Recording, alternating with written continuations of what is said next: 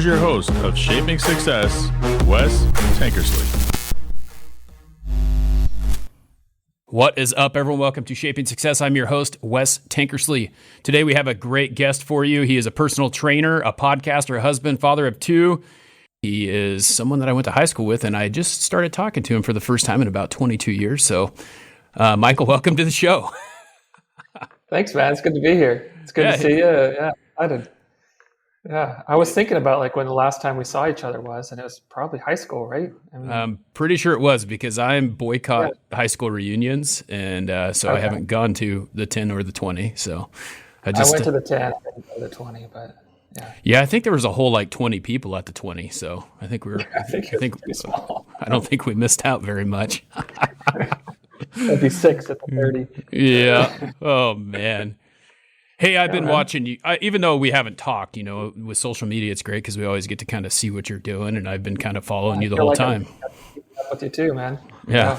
Watching you grill that meat like a master griller out there. I take some lessons from you. Oh man, I don't know. You're in Texas, so you probably got some pretty good barbecue down there, I'm assuming. Because I was down there about 5 years ago at a baseball clinic, and that's the only places I wanted to go. Yeah, there's some real good barbecue around here, man. Brisket, ribs, sausage, tough to beat. Yeah. Yep. It's one of those great places to visit.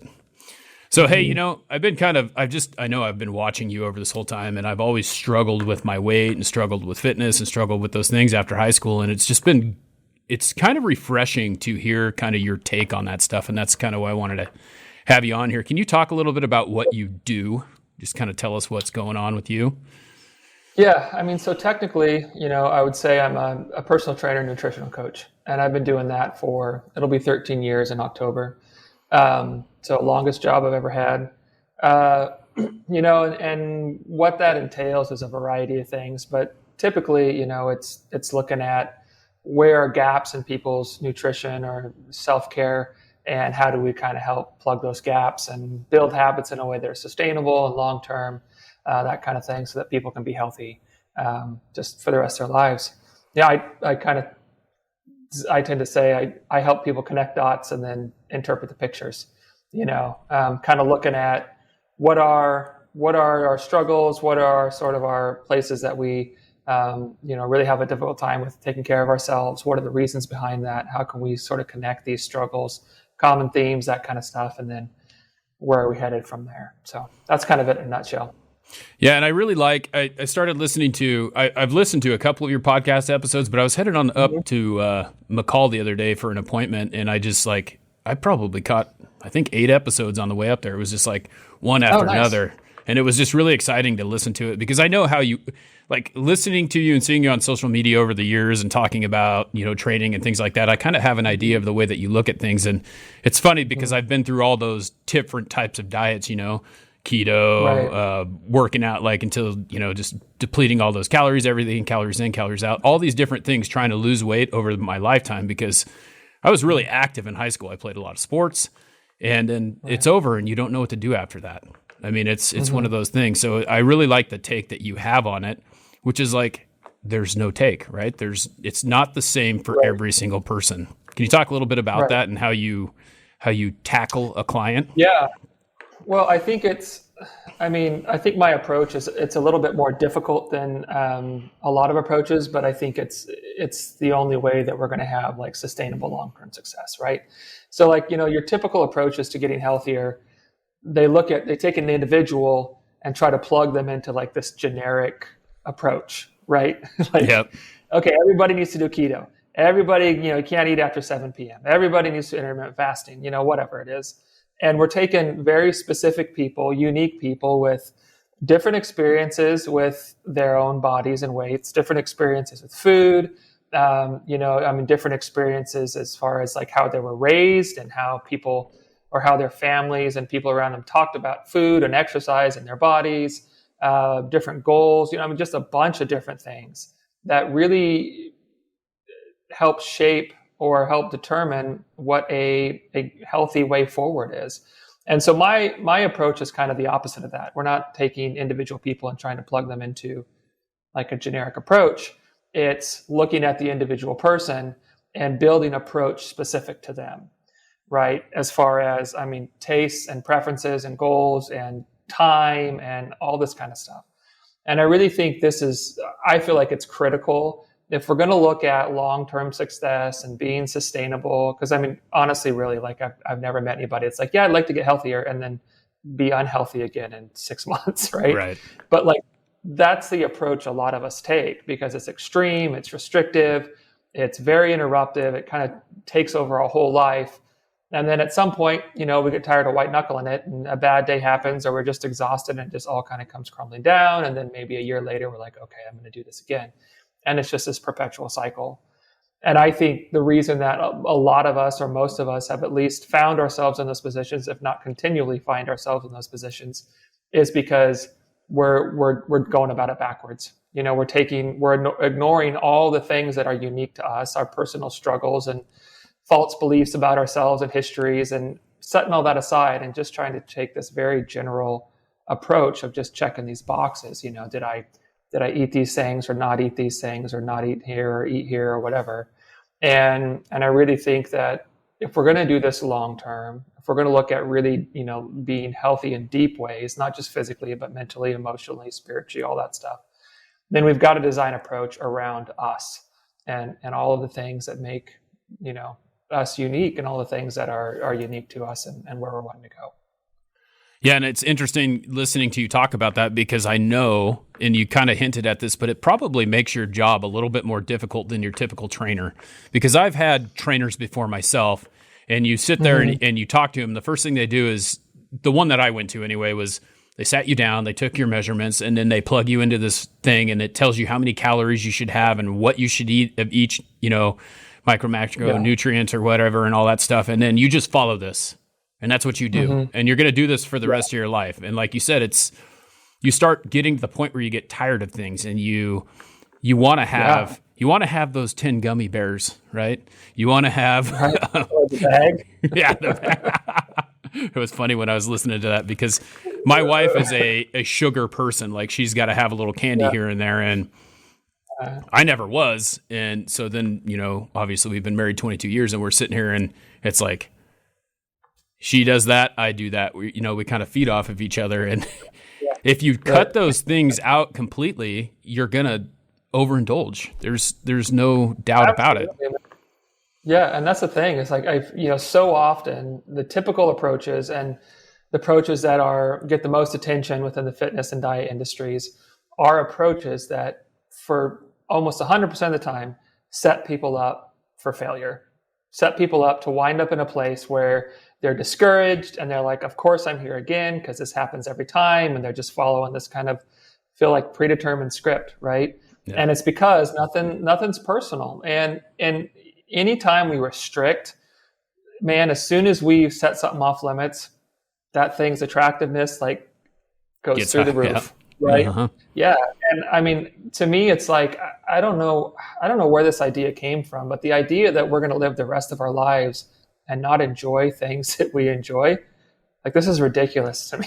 You know, I never tell clients you can't eat this. I never put anything off limits because I don't think that's how we go about doing things. I think a better approach is, so if there are foods that tend to be problematic that you have a hard time stopping eating, or you eat way past satisfaction into places of, just being overly full, or that you use solely for to handle emotions, like emotional stress eating all the time, then maybe figuring out why that's happening is the thing to approach versus just saying, don't eat it.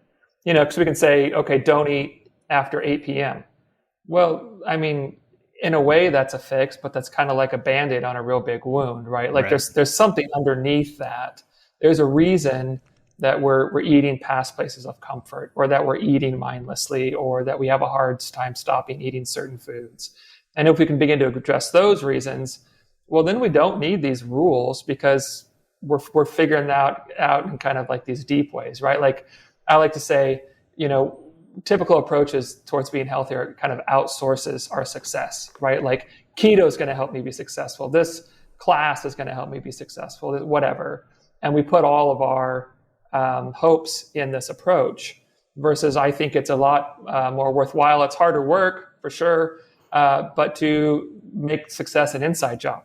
How do I connect with my reasons why and what's important to me and the places I want to be in deep ways that I'm manufacturing my own motivation, that I've got these things I'm connected with that make me want to lean into deeper places of self-care versus jumping from thing to thing to thing, hoping that just this approach is what's going to get me there, Yeah, and it's amazing. There's one of your current episodes, you were talking about fad diets, and there's so many of those out there that it just made a lot of stuff that you guys had said in the last episodes that I've listened to. It's just great because you're talking about, and it just clicks. It's like, you can't sustain that. You're doing this because, hey, I need to lose 40 pounds.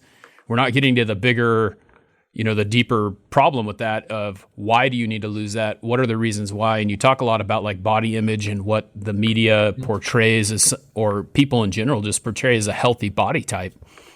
That's just something that people struggle with. Go ahead. Were you going to say I was something? just going to say, it's just, or even the question, do you need to lose 40 pounds? Right. And I think there's a huge assumption. Well, not an assumption. I think it's really good marketing. Yeah, right.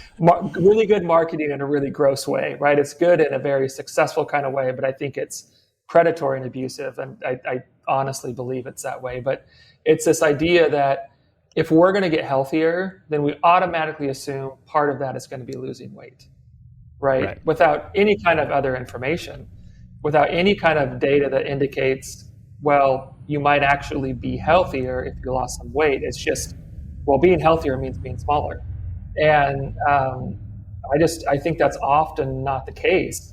I mean, you might have a range of 20 to 30 pounds that doesn't impact your health at all. Right. You may want to be leaner because we're told we're supposed to be, right? Like, it's like one of our big objectives as people is to get smaller in life, right? Like if we never get the six pack, then, well, what are you doing, man? You're squandering your life, But I do think it is, like you said, I really am big on that body image and your relationship with your body and your relationship with your food, because I think a lot of times we're chasing unnecessary things, and we're reinforcing these false beliefs about our worth and value and our ability to accomplish things based on something that is a lot of times meaningless.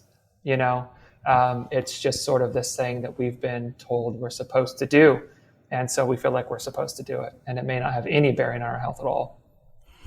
Yeah, so take us through like what you would do differently with your clients that, I kind of gave you the scenario of the trainer that I had. What do you do a little bit different, like with from like, I guess you would call it like intake, the original, like the initial talk with them, and then setting up their plan and all that stuff? How do you go about that? So, my initial intake with someone is really just it's a long conversation, usually between 45 minutes to an hour. And it's just, I always tell new clients, like, this is going to be like an interview, just a lot of questions, and I'm going to be taking notes, right? And I like to get a sense of, one, what's important to them, like, why have they come to me? What are the things they're wanting to accomplish?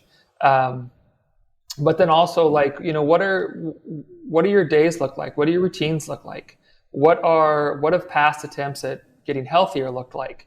And just try to get a bunch of information so that I have a really good sense of really where we are.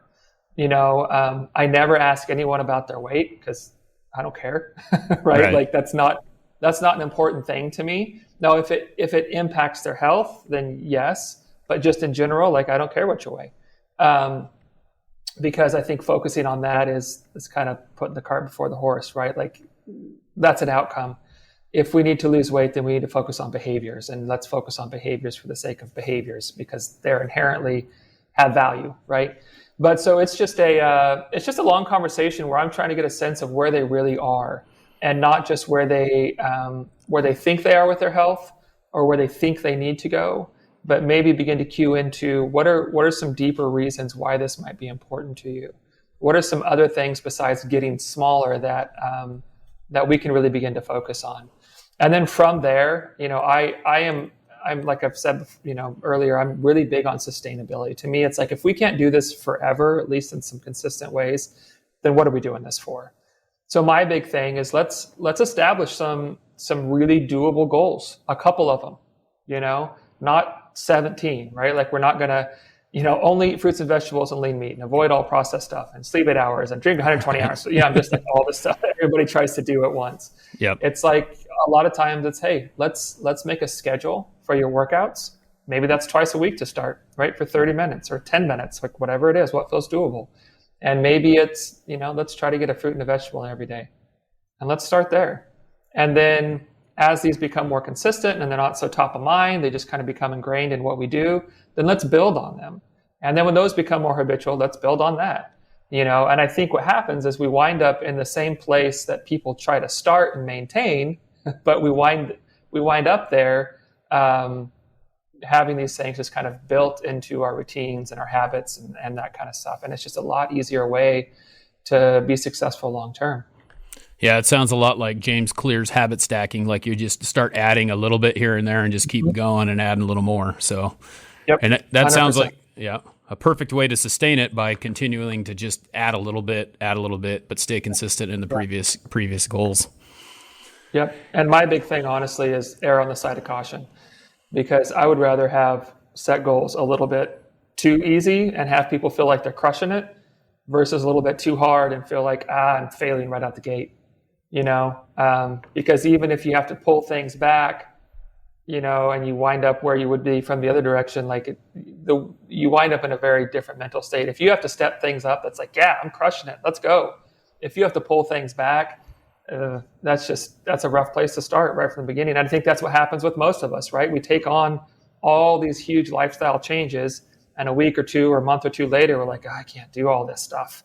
Right. And so I must be doing it wrong because I can't maintain all the things I'm supposed to be doing.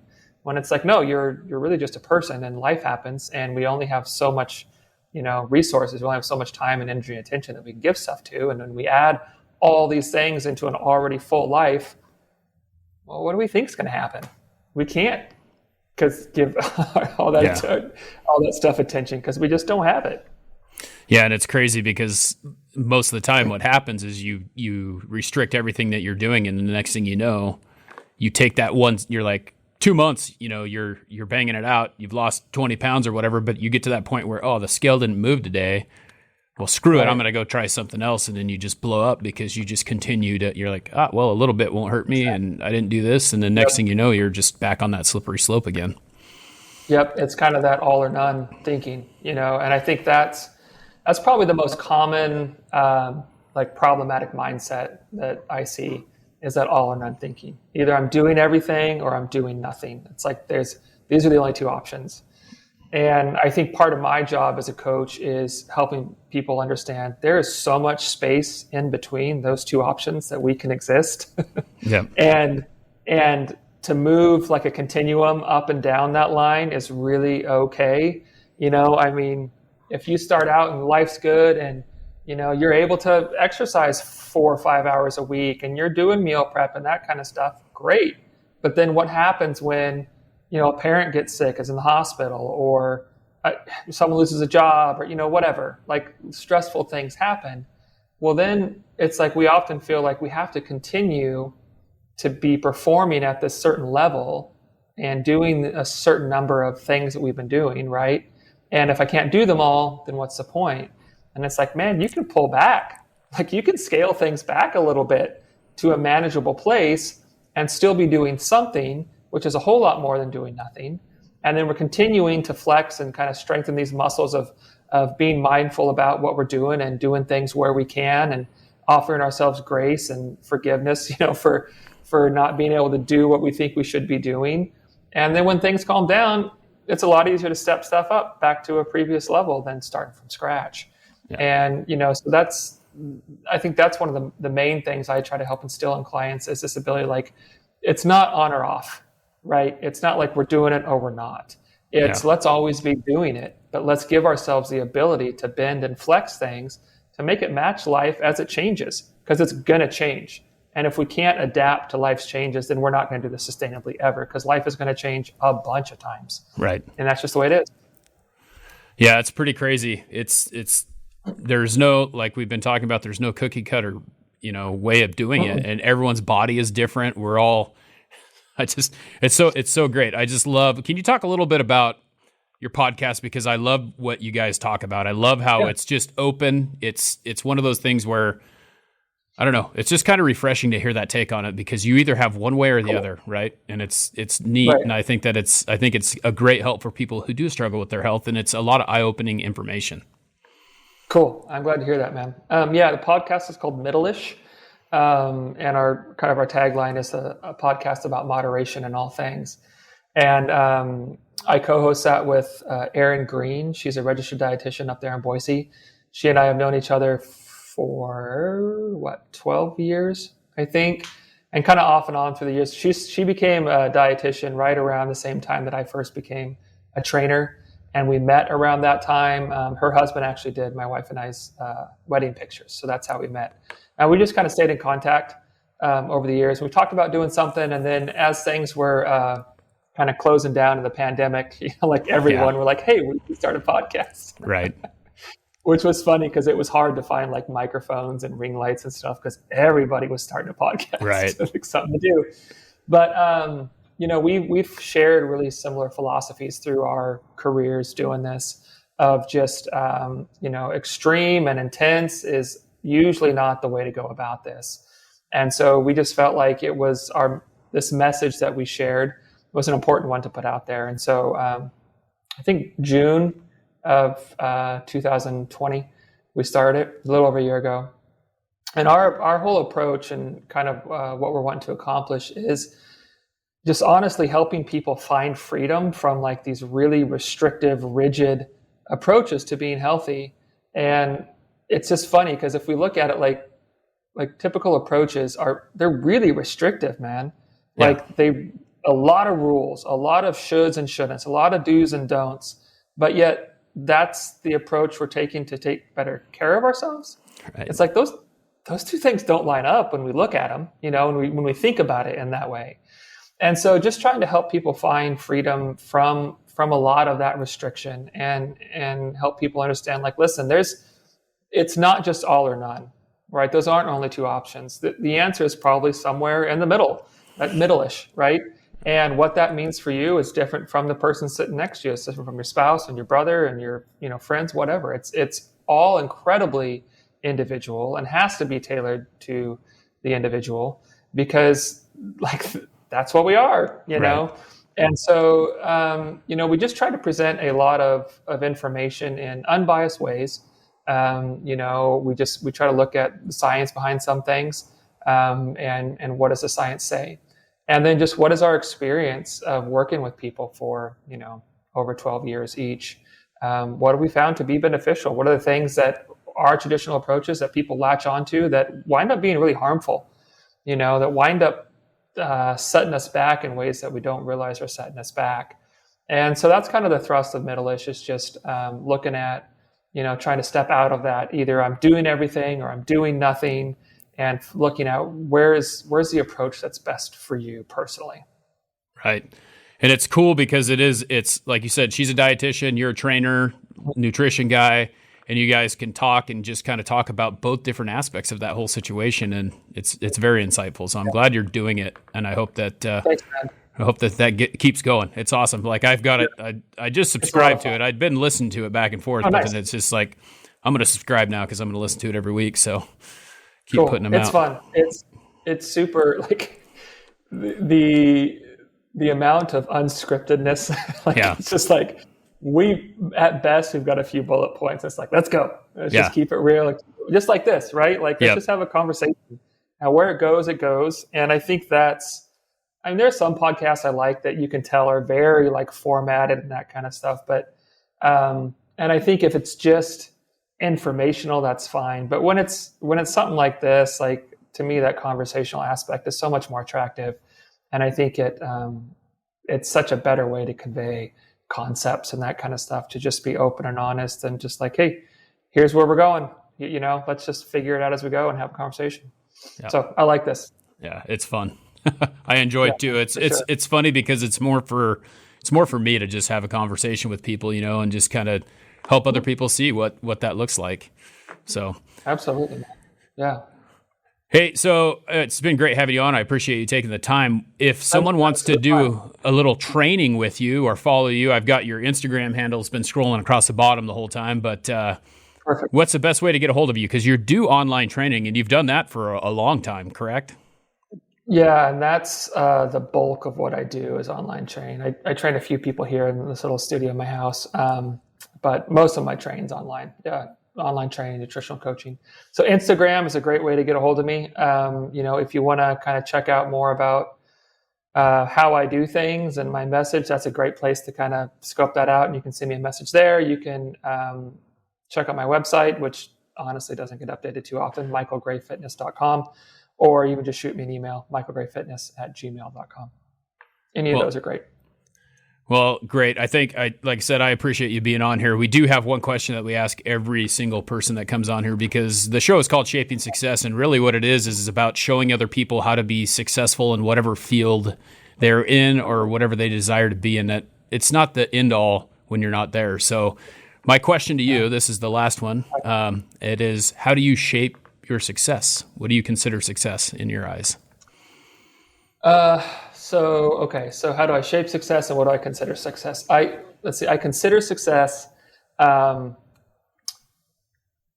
me, I feel like my life is successful when I'm stretched in healthy ways, like I have a healthy amount of stress, right? That like is pushing me forward, is keeping me sharp, isn't letting me get complacent. And I'm able to do and afford the things that I want to do. Not insane things, but spend time with my family, right? Like carve out space to create memories with my kids and my wife and that kind of stuff. And just to have a handful of people that I can be just really authentic with, that's how I measure success. How I shape it, I think for me over the last, almost 13 years of doing this, I think the biggest thing has been to be like water, right? I think that's a Bruce Lee quote, something like be like water, where it's not getting fixed into a specific role or mindset or whatever. Because honestly, if I look at the trainer I was 10, 11 years ago, like it's nothing at all the same, right? Like I've adapted and grown and I've thrown a bunch of things away. There's a lot of things I've left behind. Like, man, I wish I'd never done this with clients. But you grow and you learn. And so I think as you grow and you learn and you have these experiences, you apply them. And then you live from those places, because I think that's how, whether it's a coach or just a father or a husband or a friend or whatever, that's how we level up, right? I think that's how we become more successful and more able to do the things we're wanting to do in deeper and more efficient ways, is by applying those experiences, applying that knowledge, and not being afraid of growth, even though it can be pretty scary sometimes. Yeah. Even though sometimes it means, leaving your business behind and moving 2,000 miles across the country, starting from scratch. So, yeah, well, I think that's, it's like we talked about, that's one of those risks that sometimes you just got to take. You just have to be, you just have to pack up your stuff and roll out and do what you think is right. So just being open to life, like, hey, what's it got for me? Yeah. Not trying to control it so much, but just being open to where it takes you. Yeah. Well, I really enjoy connecting with you again and having this conversation. So thanks, man. I appreciate it. This has been a lot of fun. Yeah. Well, thanks for doing it. You betcha. All right, everyone. Thanks, yep. All right, everyone. Well, that is the end of the show. Great conversation with Micheal Gray. Like you said, check him out. You can go find him at Micheal Gray Fitness on Instagram if you need some training or anything like that. Until next time, I challenge you to find the shape of your success.